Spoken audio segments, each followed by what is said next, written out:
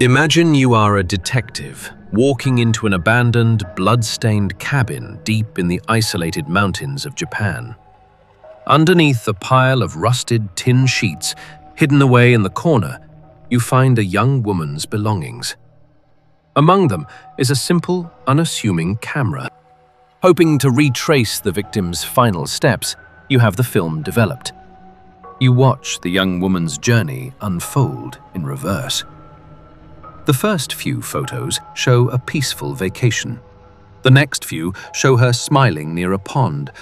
But then, you reach the fifth and final photograph on the roll. When the authorities saw this final photograph, it sent a chill through the entire investigation room. The image was so deeply unsettling, so fundamentally wrong, that to this day, the Japanese police have never released it to the public.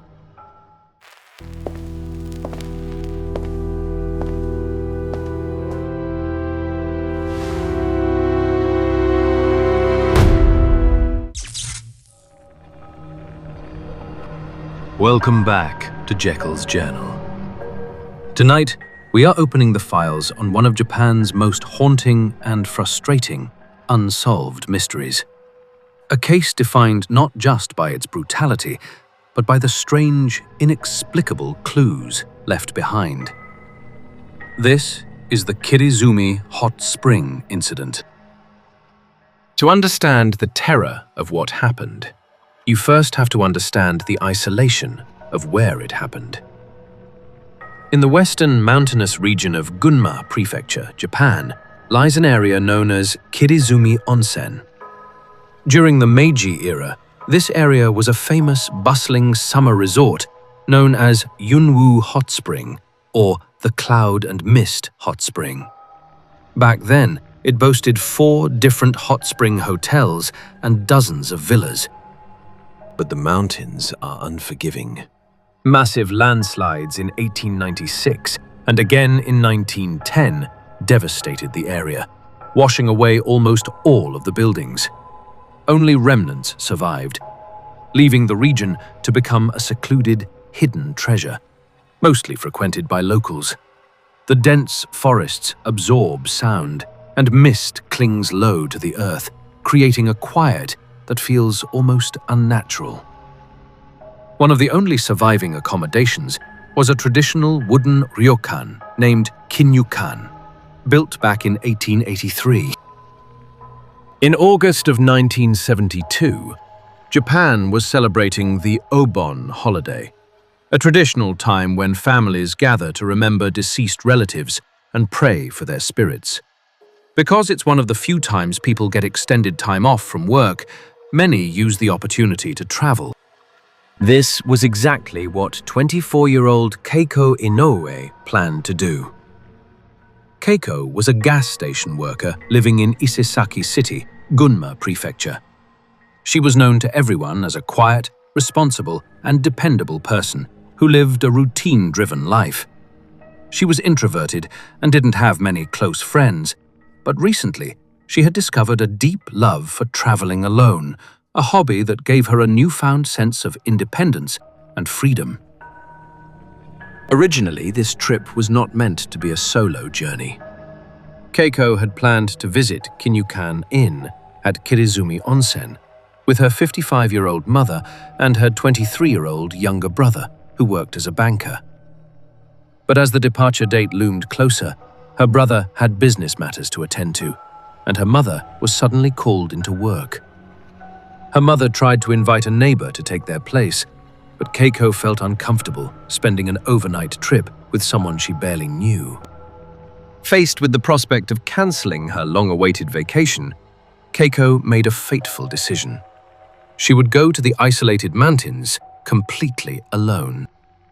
On the morning of August 12, 1972, Keiko's father drove her to the Isesaki train station. He handed her 10,000 yen for her trip, watched her board the train, and said goodbye to his daughter. He had no way of knowing it would be the last time he would ever see her alive. After multiple transfers, Keiko arrived at Yokokawa Station just before noon. From here, the journey to the inn required a shuttle bus, as the inn was located 11 kilometers deep into winding, dangerous forest roads. Here is where the first oddity of Keiko's trip occurs. The shuttle was delayed, so a station employee offered her a ride to the Kirizumi Onsen contact office, located about 3 kilometers away. When Keiko arrived, she asked the female staff member how long it would take to simply walk up the mountain to the inn. The staff member was shocked. It was a grueling 11-kilometer hike up an incline in 32 degrees Celsius heat, which is nearly 90 degrees Fahrenheit. Furthermore, Keiko was wearing a navy blue sleeveless blouse, a white miniskirt, and high heels. The staff member bluntly told her the walk would take 3 to 4 hours and would be impossible in those shoes. Instead of giving up on the idea, Keiko immediately walked to a nearby general store and bought a pair of white sneakers. The contact office worker, sensing Keiko's strange determination to walk, spent time chatting with her and finally managed to persuade her to just wait for the bus. But during this conversation, Keiko did something unusual.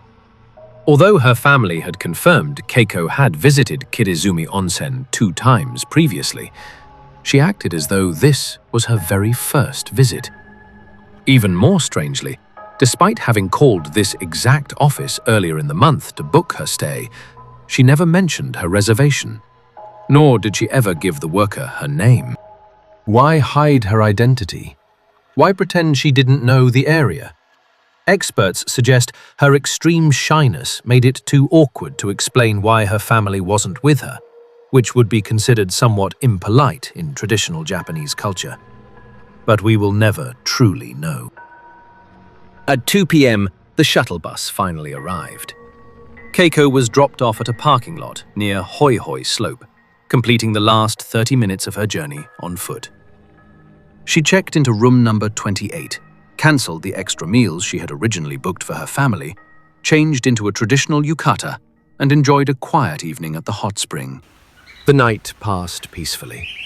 The morning of Sunday, August 13th began perfectly. Keiko woke up early, ate breakfast just past 8 a.m., and stepped outside into the bright summer sunlight.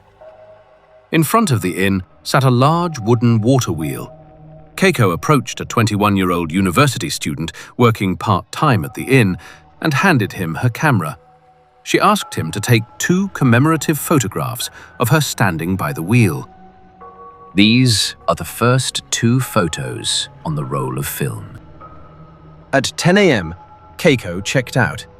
The inn staff offered to drive her back down the mountain, but Keiko declined. She told them the weather was beautiful and she wanted to walk.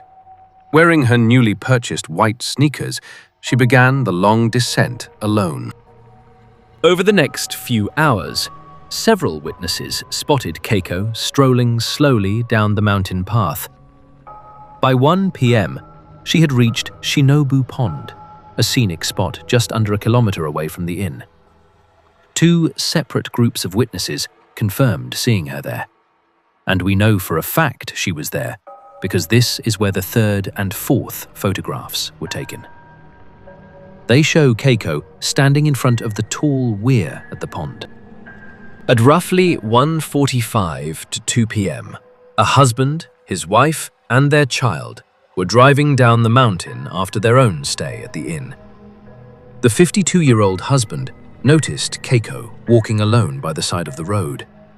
Concerned for a young woman hiking alone in the remote mountains, he pulled over and offered her a ride in their car.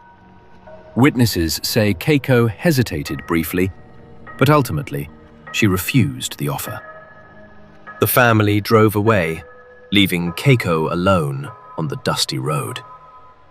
They would be the last innocent people to ever see Keiko Inoue alive.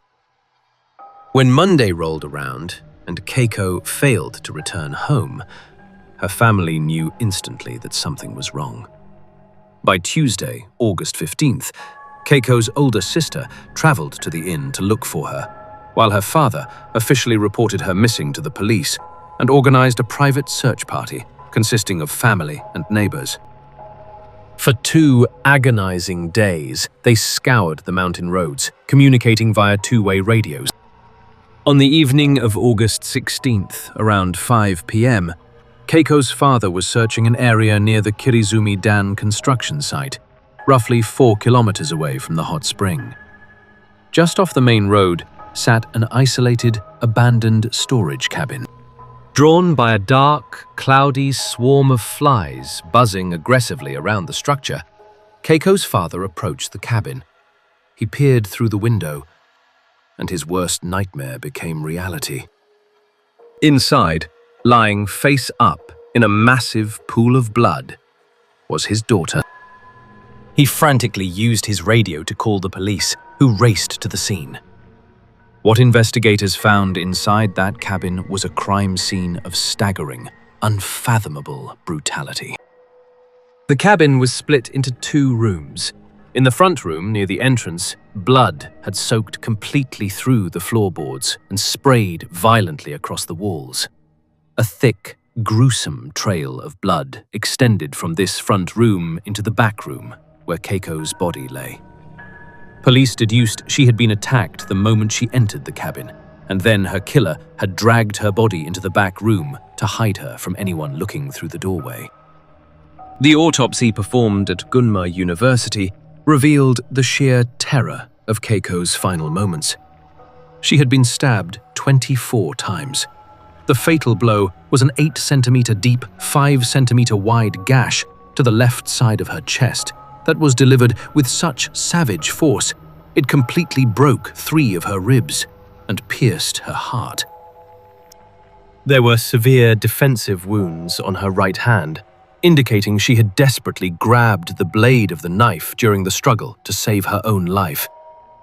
There were also deep wounds on her back, showing that she had tried to turn and flee from her attacker. Furthermore, her white miniskirt had been turned up, pointing to a sexual assault prior to the murder. The killer had then taken the time to gather 43 of Keiko's possessions, including her white hat, a blue cloth bag, a travel book, her clothes, her camera, and her watch, which had stopped precisely at 10:09. He hid these items in the corner and meticulously covered them, along with Keiko's body, using heavy sheets of tin and wood found in the cabin. This level of cleanup required extreme composure. The attacker was not in a panic. Forensic teams scoured the cabin. They found bloody handprints on the walls, but no usable fingerprints could be pulled. The killer had been wearing cotton worker gloves. They also found footprints in the dust made by tabi shoes, a type of traditional split-toe footwear commonly worn by Japanese construction workers and laborers. However, because the cabin was an old storage shed, police couldn't prove if the footprints were fresh or left months prior. Based on the wildly varying sizes of the 24 stab wounds, medical professionals concluded the killer had actually used 2 different weapons, a 10-centimeter survival knife and a heavy meat cleaver. Despite teams diving into the nearby Kirizumi River and combing the dense forest, the weapons were never found. A massive investigation was launched, eventually involving over 8,000 officers over the years. They had a relatively closed environment to work with. Who was in the mountains that day? They started with the dam construction workers, since the cabin was near their site and the footprints matched their uniform shoes. But remember, this was the Obon holiday. Almost all 200 workers had returned to their hometowns the night before the murder. The handful that remained all had rock-solid alibis, eating meals with their visiting wives. They looked at hikers, but the main hiking trails were on Mount Hanamagari, in the complete opposite direction of the crime scene. They looked at the 260 guests staying at the inn, but nearly all were in large family groups or elderly tourists. This left one primary suspect pool: the local fishermen. Fishermen frequented the Kirizumi River, which flowed right past the abandoned cabin. They often wore tabi shoes and cotton gloves. It was completely normal for them to carry multiple knives, including survival knives and heavy cleavers used for cutting bait or wire. They fished alone, and they knew the isolated terrain perfectly. And then, the police found the camera. When investigators developed the film from Keiko's camera, they saw the 2 photos taken at the water wheel by the student worker. They saw the 3rd and 4th photos taken at Shinobu Pond around 1 p.m. But Keiko had been traveling alone.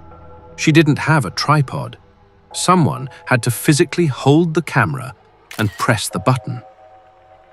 Who took those photos at the pond? In an attempt to find out, the police released photos 3 and 4 to the local newspaper, asking for the public's help. On August 19th, almost a week after the murder, the newspaper received a mysterious phone call. The caller was a 22-year-old man. He provided his full name, Yoshio Ishida. He gave his occupation and his home address in the Setagaya ward of Tokyo. He told the newspaper that he and a friend had been fishing near Shinobu Pond on the day of the murder. He claimed Keiko approached him and asked him to take a picture of her. He said he tried to refuse, telling her he didn't know how to use a camera. But Keiko smiled and said, "Just press the shutter. It's very simple." The man claimed he took the 2 photos, handed the camera back, and walked away, never seeing her again. He promised the newspaper reporter that he would go straight to the police station to give an official statement. The police waited, but the man never showed up. Realizing this man was a critical witness and potentially a prime suspect, detectives traveled to Tokyo to the address he provided. When they arrived, they made a chilling discovery. The address was fake. The occupation was fake.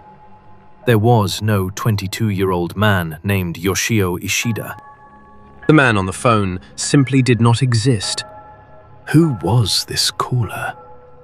Was he just an innocent fisherman who realized he was the last person to see a murdered woman alive and gave fake info out of fear of being framed? Or was he the killer, playing a sick game of cat and mouse with the media, injecting himself into the investigation just for the thrill of it? We will never know. But there is one final, terrifying piece to this puzzle. I mentioned there were 5 photographs on the roll of film. The first 2 at the inn, the second 2 at the pond. The 5th photograph was taken near Kondo Waterfall, a location less than an hour's walk from the murder cabin.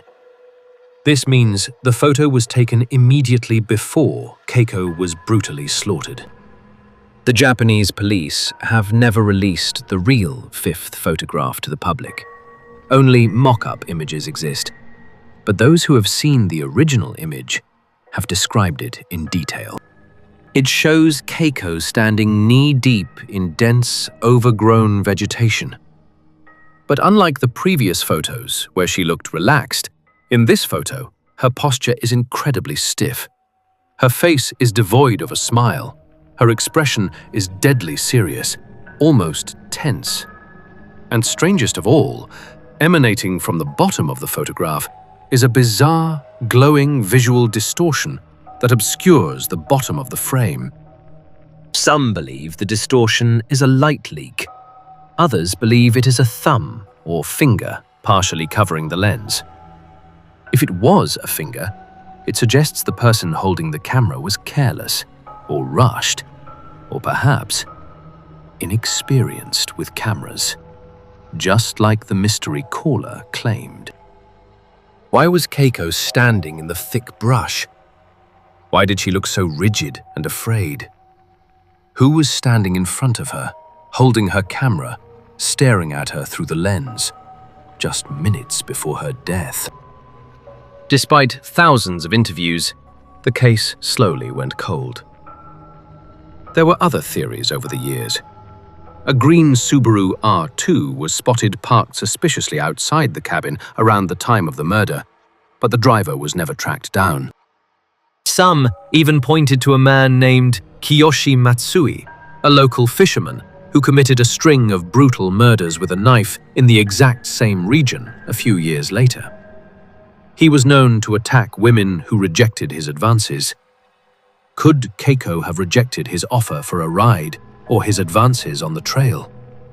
Matsui was eventually executed for his other crimes in 2017, taking any secrets he had to the grave. In 1987, 15 years after Keiko Inoue took her final breath on the floor of that dark cabin, the statute of limitations expired. By Japanese law at the time, the case was officially closed. The killer, whoever he was, got away with it.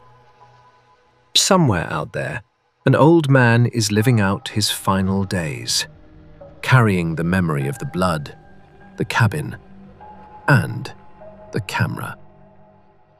What do you think happened on that mountain path?